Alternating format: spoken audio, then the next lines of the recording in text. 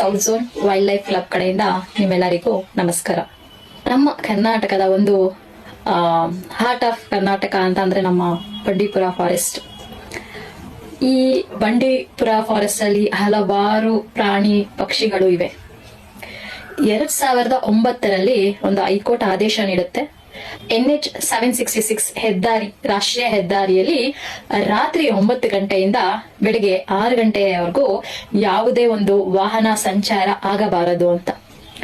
ಆದ್ರೆ ಕೆಲವರು ಅದನ್ನ ಟೀಕಿಸ್ತಾರೆ, ಕೆಲವರು ಆ ಆದೇಶನ ಉಲ್ಲಂಘನೆ ಮಾಡಿ ರಾತ್ರಿ ಸಂಚಾರ ಮಾಡ್ತಾ ಇದ್ದಾರೆ.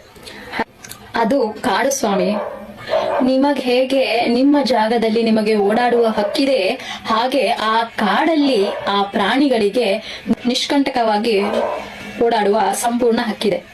ರಾತ್ರಿ ವೇಳೆ ತಮ್ಮ ಆಹಾರ ನೋಡಿಕೊಂಡು ಹಲವಾರು ಪ್ರಾಣಿಗಳು ಸಂಚಾರ ಮಾಡುತ್ತೆ. ಈ ಸಮಯದಲ್ಲಿ ವಾಹನಗಳು ಹೆಚ್ಚು ವೇಗವಾಗಿ ಬಂದು ಆ ಪ್ರಾಣಿಗಳು ಸಿಕ್ಕಾಕೊಂಡು ಮರಣ ಹೊಂದಿದೆ. ಅದು ನಮ್ಮ ಕಾಡು, ನಾವು ಉಳಿಸ್ಕೋಬೇಕು.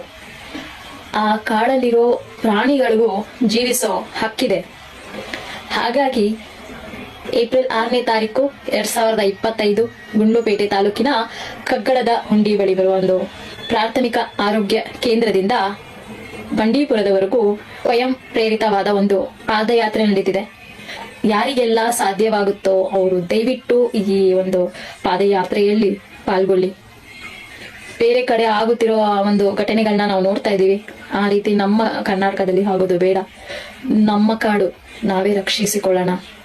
ಅಭಿವೃದ್ಧಿ ಅಂದ್ರೆ ಬರೀ ಕಟ್ಟಡಗಳು ಕಟ್ಟೋದಲ್ಲ, ಬದುಕು ಕಟ್ಟಿಕೊಳ್ಳೋದು.